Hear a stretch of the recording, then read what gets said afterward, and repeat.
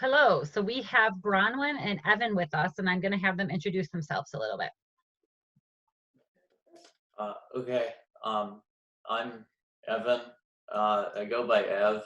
Um, I've I'm the one who has CVS in the family, and my wife uh, gets to experience it with me, which sometimes it almost feels like it's worse for her because when I'm going through like an episode, um, there's nothing anyone can really do. Like if it's a mild enough episode that I can handle it on my own with my medications and uh, other other means. She like can't do anything, and all she wants to do is make me feel better. But she like there's nothing, even when I'm having a really intense episode and I have to go to the hospital, she still can't do anything. So I'll let her talk. No. Hi, so my name is Bronwyn. Evan and I have been married for 11 years, and I am a full-time student, and I own my own business, and I'm basically a caregiver slash wife, which is an interesting role to have. And Evan, how long have you had CBS? Um, I'm not exactly sure when I Like 2014, had it. 2015. I know that I got the diagnosis in about 2014 or 2015. Prior to that, I was having episodes like frequently, but it took a long time for the doctors to diagnose me. So I know that in 2013, around December, uh, I was vomiting so severely they thought it was appendicitis and took out my appendix. And then 2 months later, I was going through another one, but like at the time we didn't know that it was CVS. We didn't know. So the emergency room doctors at that point thought that it was my gallbladder, and they removed that. I don't know what my gallbladder does or was doing, but whatever it was doing it right, because when I lost the gallbladder, everything got worse. Yeah. And we still didn't have a diagnosis. So yeah, they thought it was a form of maybe migraines, or just something neurological that was going on. So I think probably not knowing was one of the hardest things, because he was having such severe symptoms where I would be at school and I would just get a phone call like 2 or 3 days a week saying, you have to come home, we have to go back to the ER. So it was just exhausting experience. It wasn't until we found his doctor, Dr. Feldman, through Cedar Sinai, who's a psychiatrist and a gastroenterologist, that he was like, oh yeah, I'm familiar with this. This is CBS. So just having a name was helpful, because otherwise you don't know, like, do they have a brain tumor? Do they have, like, there's no way of knowing what it is. Yeah. And like when you go to the ER with constant vomiting, it's not typically life-threatening. So you're just sort of like, well, he's puking, just throw him in the back of the pile. And like, yeah, come on. It wasn't on the same level of urgency as like a heart attack, which I think is understandable. And then it. Go ahead. What? No, it's okay. It's just. The ER situation is really hard because you're not at the top of the list, but a lot of people that have CVS know if they would just get what they need right away, they would recover so much quicker. So it's a really frustrating place to have to go. That's a really big issue that I've had to deal with. I had one experience where I was vomiting constantly for about days, no sleep. And then in the ER, they just labeled me as drug seeking. And the ER doctors at that point in time decided that they weren't going to give me any medicine, they weren't going to run any tests, they didn't take any blood. I think the biggest issue with that was that so we said, okay, this is at our local hospital, and his team is actually in Los Angeles, because. Well, can I just continue? That's fine. Okay, go ahead. Okay, so the doctors here in the ER, they weren't accustomed to this diagnosis, and like I said, they wouldn't do any testing on me. And if they had just taken my blood, they would have seen how terrible my electrolytes were. I checked myself out of the ER against their orders, even though they weren't doing anything. And my parents drove from LA to Palm Desert, where we live, which is about 2.5, 3 hours, picked me up, drove another 2.5, 3 hours straight back to Cedars-Sinai in Los Angeles. And this was after like a 4-hour ER wait.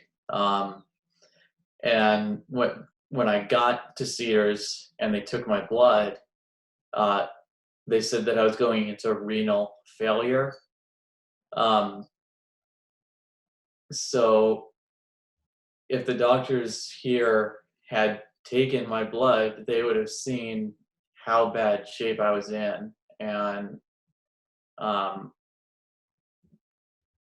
like when you're in the ER and you ask a nurse, am I going to die?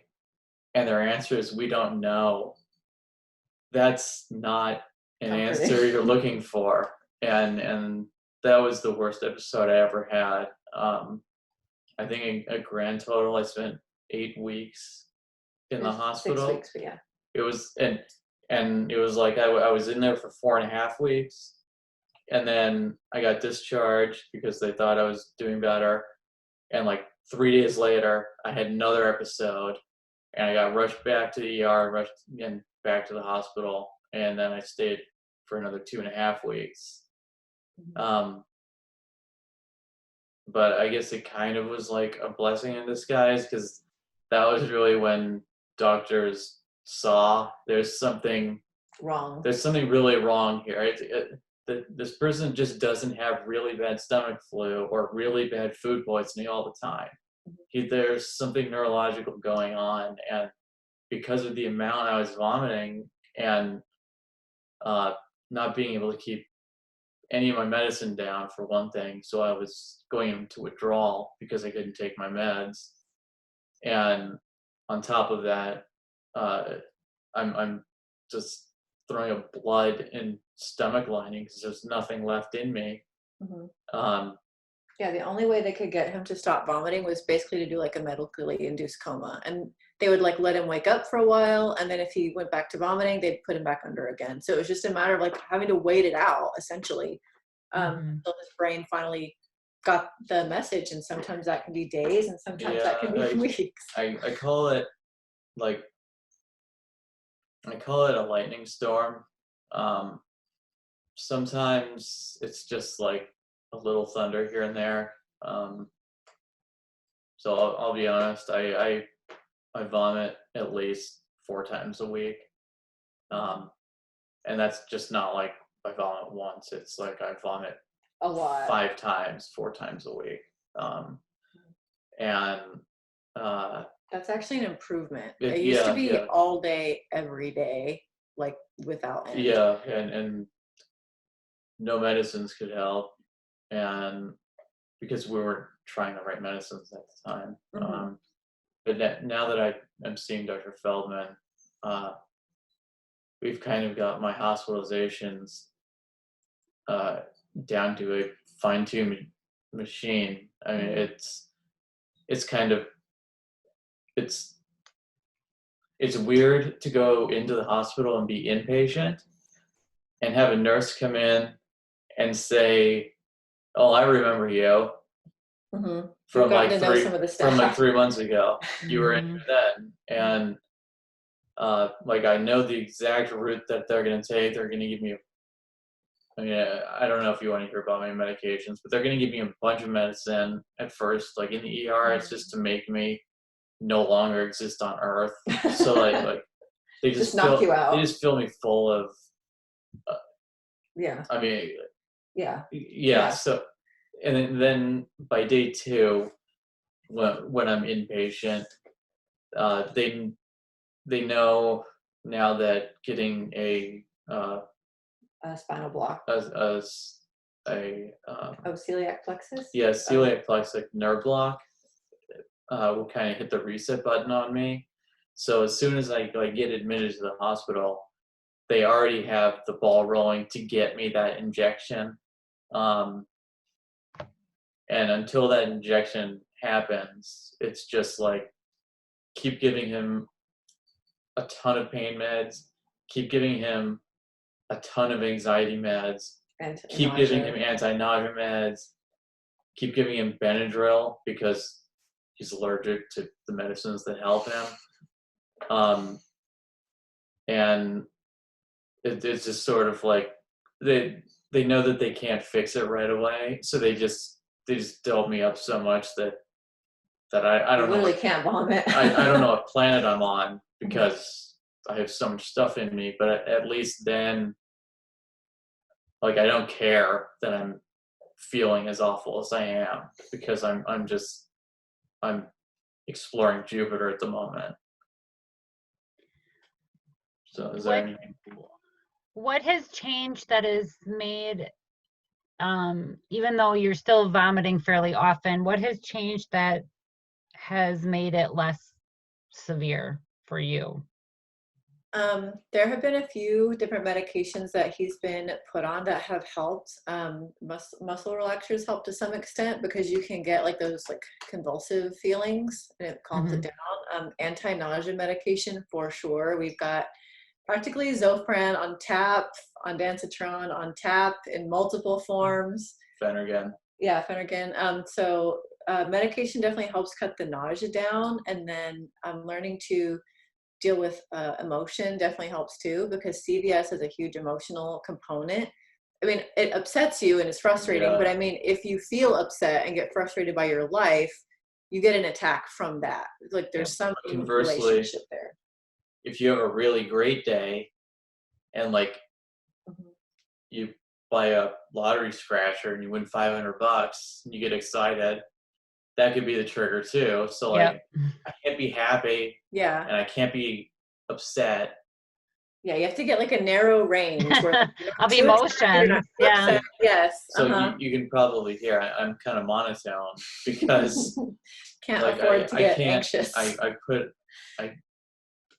say like I put up these mental blocks because I can't let myself get excited over something. I can't let myself get anxious over something because once that happens, it just sort of starts this cascade failure that ends up with me being admitted to the hospital for at least a week.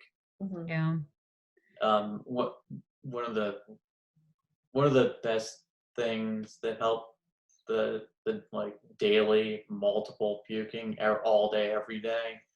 I have another neurological condition called complex regional pain syndrome, which is also called reflective sympathetic dystrophy. It basically just means that I had a severe injury. The injury itself healed, but my brain never got the message that it healed. So even though my MCL in my knee is totally fine from when I tore it in a car accident, my body thinks that my MCL is torn all the time, and I have pain associated with that. And so anyway, I have a spinal cord stimulator that was developed for the crips that I have. And we decided, let's try experimental surgery on me and hook up that spinal cord stimulator to the part of my spine that controls the abdomen. And as far as we could tell, I was the first person in the United States to try that route. It did help. And it really helped. I mean, I'm by no means healthy, but You can function. like I got to like 92 pounds at one point, and now I can eat. You know, like before, I would eat as much as I could, as fast as I could, because I knew it was going to come back out. And if I ate a lot really quickly, at least I was getting some calories in there. Mm-hmm. And now, because the vomiting is spaced apart, and you know it isn't a constant all day thing unless I have a severe attack, I can pretty much eat what I want to. Mm-hmm. Just have to avoid like really greasy, fatty stuff. That's like a yeah. And Yeah. a weird thing about like the triggers is I could eat one meal today and be totally perfectly fine, and then when I reheat it as leftovers, it triggers, and like there's no reason. We can't figure out. There was like nothing different. It just, for some reason, the food triggered me that day and not the other. Yeah, it's not like a food allergy where it's consistent. Like this thing always causes a trigger. So that it definitely induces some anxiety around eating. And that was like an issue for a while where he just would not eat, did not want to eat at all.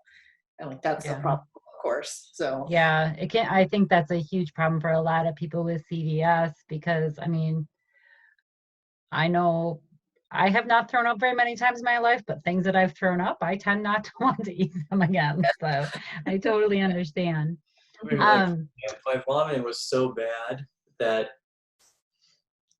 Bronwyn, my wife, got like numb to it, and so like I would be puking my guts out, and there's just like blood and bile, and that's all that's coming out. And she's like in the bed next to me watching The Simpsons, eating chili. yeah, like you Because it's you just have to like eat and live your life too. So these it's just just like, well, Eva's puking again. Whatever. It's Tuesday. It was very surreal. it's absolutely true. I always find that very interesting at our conference that we have every 2 years, how people can sit while we're eating dinner and everyone's talking about vomit and it's not a big deal. It's just everyone's so, like you said, numb to it and used to talking about it, used to seeing it, that it's just a word and it's just a thing that happens. So yeah. If there was one CVS symptom you could get rid of, what would it be? And you can both answer this, and your answers can, of course, be different. Well, I guess, well, there's a lot. Obviously, the nausea, let's push that aside. The insomnia is horrible. I can't fall asleep because I'm in so much pain and nausea all the time. So I'm regularly awake for over 40 hours. Right now, I'm pushing hour 30, 34 or so. And so that's terrible. And then when I finally fall asleep, I'm asleep for like 18 hours. But I think one of the worst symptoms is the panic attack that comes, because that's like one of the diagnostic criteria is when you're going through an episode, you have a panic attack, and like no amount of talking you down can make you feel better about the world. You just and you never had panic attacks before. He's always been very like calm, easygoing person. So I think that makes it harder because he doesn't have the coping skills to deal with it. And it's so out of character too that it just strikes like people as strange when he's experiencing that. Yeah. Bronwyn, do you have a different feeling, like from looking at it from the outside in, like if there's something you could get rid of for Evan? Is it something different than what he said? I would just wish it would be more consistent. If it's, I mean, obviously I wish he didn't have the disease at all, but we really can't plan anything ever. So for example, like I'm going to be graduating from, with my master's degree at some point, and the likelihood that he'll be able to come to graduation is almost zero. But even if he was feeling better by then, he could be sick 5 minutes before we leave. And that's happened before. We planned like a weekend trip, and he was sick as we were walking out the door, and I had to go alone. And that was our 10-year anniversary. Yeah. So it's upsetting sometimes. So we didn't want the like hotel that we got in San Diego to go away. So I stayed home, and like, it wasn't a terrible cycle, so I could manage on my own. But she went and had our 10-year anniversary by herself while I stayed at home with the cats and threw up every now and then.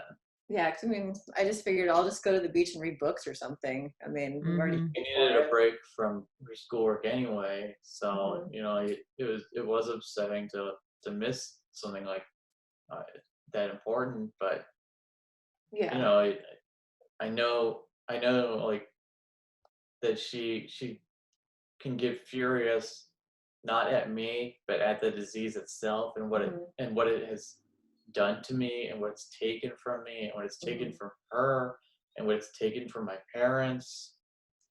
Yeah, that's something we talk about often, and I think that's something that anyone that is either struggling like relationship wise, or it's a new diagnosis and they're just navigating all that, is to really keep in mind that the person is not doing this to you, like to hurt you.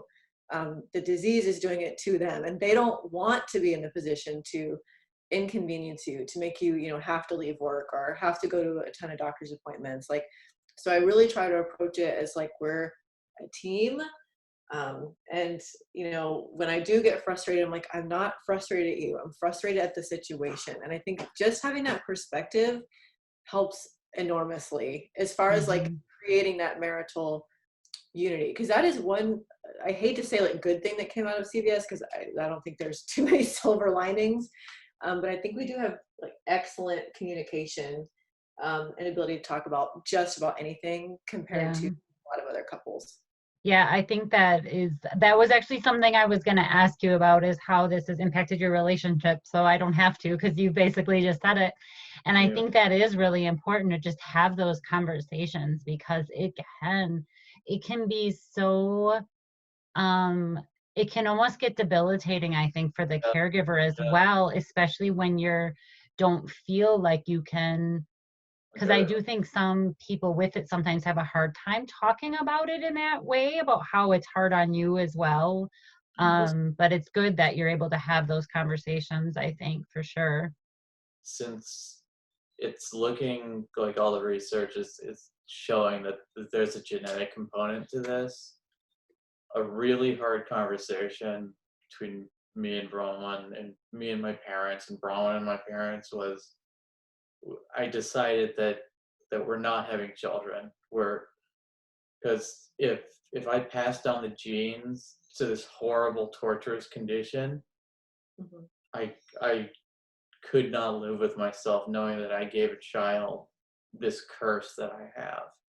Yeah, even if we were to adopt, he wouldn't be able to really be involved in their life nearly as much as he would ever want to be. So like I would, if we had kids or adopted or something, I would love to like be their soccer coach or their track coach, because I was a track athlete in high school and college, and like track meant the world to me. But there'd be absolutely no way that I could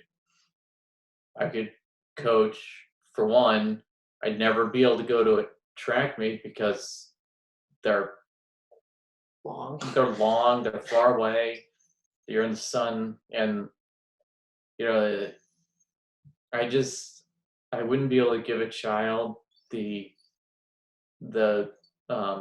attention that they deserve.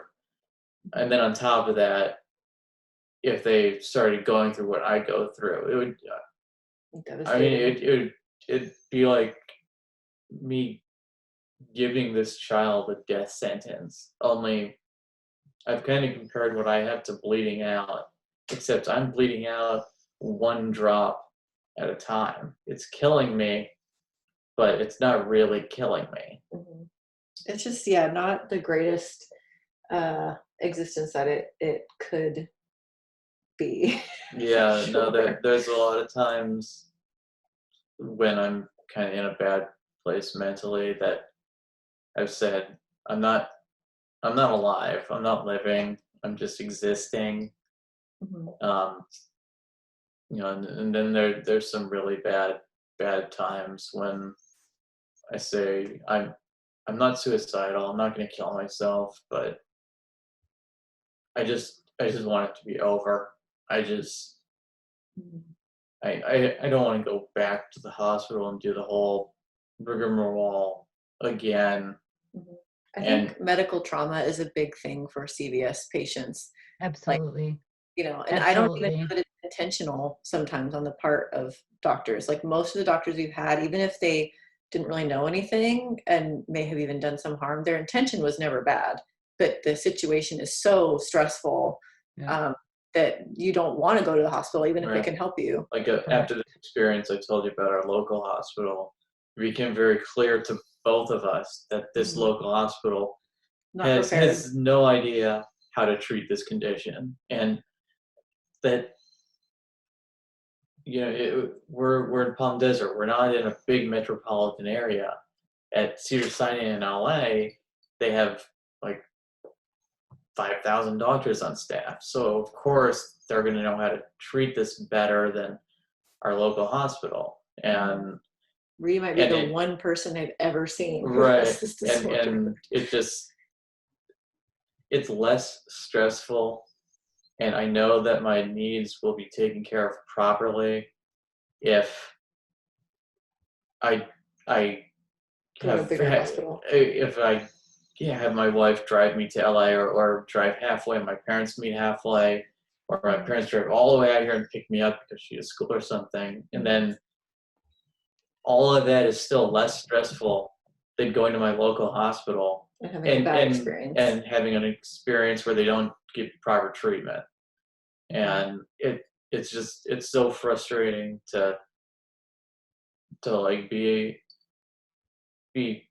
not 10 minutes from a hospital and know that they do Mhm. not know how to treat this disease. Mhm. And if I go there, it's just going to be a humongous waste of time, anxiety, Mhm. money. Be like if you're going into labor and then going to a hospital that only serves geriatrics. Like, they Yeah. just don't have what you need. It's not their Right. fault. Right. Exactly.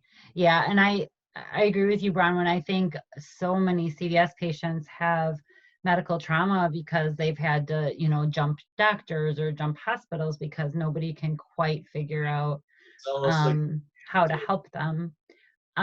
If you could go back to the very beginning of your CVS journey, Evan, what advice would you give yourself? um I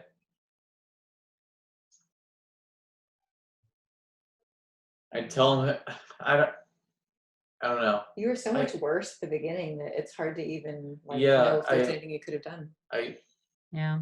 I mean, like one of my doctors told me that if the experimental treatment I had for the spinal cord stimulator going to the part of my body that it's not uh, technically FDA approved for, Mhm. that if that didn't work, this doctor was positive that I was going to kill myself at some point because it just was unrelenting. Mhm. And he kind of made it clear to me that if I reached that point and I was just in such a bad way, like I was 90 pounds again and barely able to eat or have a conversation or anything, he kind of said but didn't say that he Understand. would help make it easy. Right? Maybe don't say that. No, but We don't want to get anyone in trouble. no, no. Um, You and didn't say the doctor's name. It's okay. Yeah. I guess one of the other things I would tell myself is that even though it takes a while, you're going to get the diagnosis, Mhm. and you can finally tell people. I I have this disorder. This isn't me just like flaking out and deciding I don't want to come to your birthday party.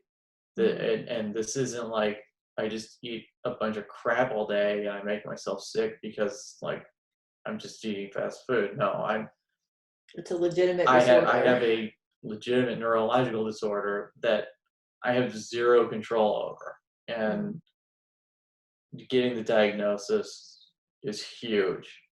So, I guess I would just tell myself to hang on. You're going to get to a doctor who's going to say, I think I know what this is, and I think we have some ideas on how to treat it. And you're not crazy.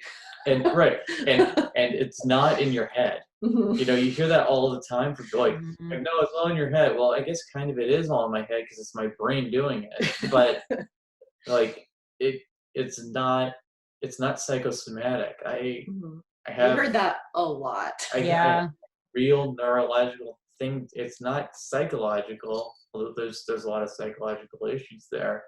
But it's like it's a physical problem in my brain. Right. You're not. So many people are told they're making themselves sick. They say it's all in your head. Well, it's in your head, like you said, but you're not making yourself sick. Yeah. It's and I'm not doing it for attention because, like, who would want that? if anyone has ever gone to the ER before for anything, that is like the last place you get attention. Yeah, and absolutely. How did you find Dr. Feldman? He was your mom's doctor for migraines, I thought. When I was in college, I got diagnosed with acid reflux, and he just happened to be the gastrointestinal doctor that my regular doctor referred me over to, and it just sort of like we love him. Like the constellations aligned for that because he happened to be a specialist in CVS. So when I like reconnected with him, because with acid reflux, the appointments were like, do you still have acid reflux? Yes. Here's your prescription. Go have fun. But him being the expert in this new one, which was totally serendipitous, he was able to give me the right medicine and figure out the right treatment when I'm in the ER. And like he wrote out on one of his prescription pads what the ER does for me, so I can show it to them if they can see that it has his letterhead and like his DEA number and everything on it. So like what I'm handing you isn't just something I printed off from the internet. This is from a great doctor who everyone respects at Cedar Sinai. He's like a member of our family. Yeah. We love him. Yeah, I owe him my life. That's nice when you can find a doctor that can help you that much. Do you feel like CVSA was a help to you in your CVS journey, and if so, how? Yeah, she'll answer this one. Yeah, so my mother-in-law got involved with this CVSA like not too long after his diagnosis, and because I go to school full time, at the time I was working full time too, I just did not have the time to read like tons of articles and stuff. So she sort of acted like that filter for me and turned me on to the CVSA. And I want to say she's even done like a live stream for them. I'm not certain, but they provide like the guidelines for the ER that explain like what the disorder is, and that was very helpful. And why the ER is supposed to give you these specific medications. Like, you're not asking for it because you want it. It's because I'm not this going is to the ER and asking for Dilaudid because I love Dilaudid. I'm going there because it says on the form from the CVSA that you get Dilaudid, you get lorazepam, you get a huge amount of Benadryl, you get ketamine and one of those push delays, and being able to show this is like a scholarly level peer-reviewed article about what the ERs should do is instrumental. Because a lot of the times I might get like a resident who's on a ER duty who has no idea because they've read about cyclic vomiting In a book once, and their teachers at med school said this condition exists, but you're never going to see it. But lo and behold, they see it, and I can show them literature from the CVSA that it has footnoted references to scientific journals, and it just lays out this is what you do in the abort phase. If you feel it coming on, here's what you do to try to stop it before it happens. Here's what you do during the terminate phase. This is instrumental. This is when you give him a ton of IV medications and at first make him not aware of what planet he's on, but then it goes on to say, like, once you've terminated the vomiting, then you're sort of in the recovery stage. This is why you keep taking these medicines, because just because you stop vomiting doesn't mean that, like, my throat is not torn up, and just because I've stopped vomiting doesn't mean that I'm healthy and I'm not in pain. No, I still am in tremendous pain, and I'm in a tremendous amount of anxiety because I had to go to the hospital again, and I had to leave my wife, and I had to leave my pets, and it's an inconvenience for everybody, and I don't want to be an inconvenience, but I need, on and on and on and on, and that's where the lorazepam comes in, and then you get a reaction to some medicine, and then they're like, okay, we'll just give you a bunch of Benadryl, and so you have a bunch of Benadryl in you for a while, and knowing the steps in what phase you're in. Are you in abort? Are you in terminate? Are you in recover? The CVSA has been instrumental in facilitating how quickly I get treated at the hospital. At first it was like trial and error, and now, because of a lot of CVSA's work and my own experiences and what the doctors have done in the past, they can just look at the chart and see, okay, yeah, this is what we did. Here's like some articles on the CVSA about maybe new things to try, and we're just going to do those things because that's what you're supposed to do. Yeah, I've been able to suggest the CVSA to doctors we've gone to too who haven't heard of the condition before. Just like, if I go to like a general practitioner or something, and they're like, oh, what do you have? And I'll say, and I'm like, oh, sometimes I don't even know what it is. I'm like, oh, well, you can just go on this website and I'll have like information for you to look at in case you ever see a patient with this. Yeah, that's great. I'm glad CVSA has been able to help in that way, because that's one of our big goals and missions.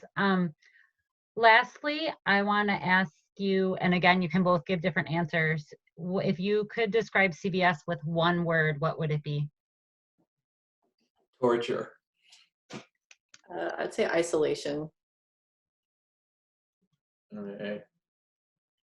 Those are both good ones. Torture is to not just physically, but emotionally, and not just for me.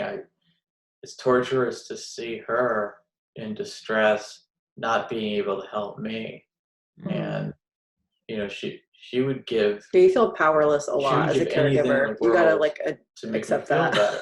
She would do anything at that moment to make me feel better, but she can't, and it's frustrating. And so that makes the panic attack even worse, because now I'm feeling bad because she feels bad, and I feel like I'm a burden because I get sick all the time, and it just. And then I feel bad that he feels bad. So it's just so it can definitely be a vicious cycle, for sure. But I'm glad, it sounds to me like the two of you have really, been able to talk and connect about it. And I think that's really important. Anything else either one of you would like to share? Yeah, I would say if you are going to be a caregiver, whether it's someone with CVS or any other disorder, you need to know, like, first of all, that you cannot do this alone. I think, I don't know if it's the same for men, but at least for women, I've noticed, like, we try to be superwoman, whether it's, you know, mom, employee, caregiver, whatever. Like, you want to feel like, oh, I can do this all on my own. And that is not the case. Or it might work well for a while, because I'm a very proud and stubborn person and I don't like to ask for help. But the longer you live like that, the more burnt out you get. You will start to feel resentful towards the person that you're caring for, which is obviously not the best environment to be living in. So it's really important to not make any one person like your support. Like, you know, my spouse, he's sick sometimes. So I don't want to talk to him about how upset this whole thing is making me feel, because he's already upset. He's already sick. I can be honest and say it's bothering me, but I don't want to like unload on him. So I have, you know, several different friends that I talk to about it in pieces, because it is a big disorder. And a lot of people don't really understand it.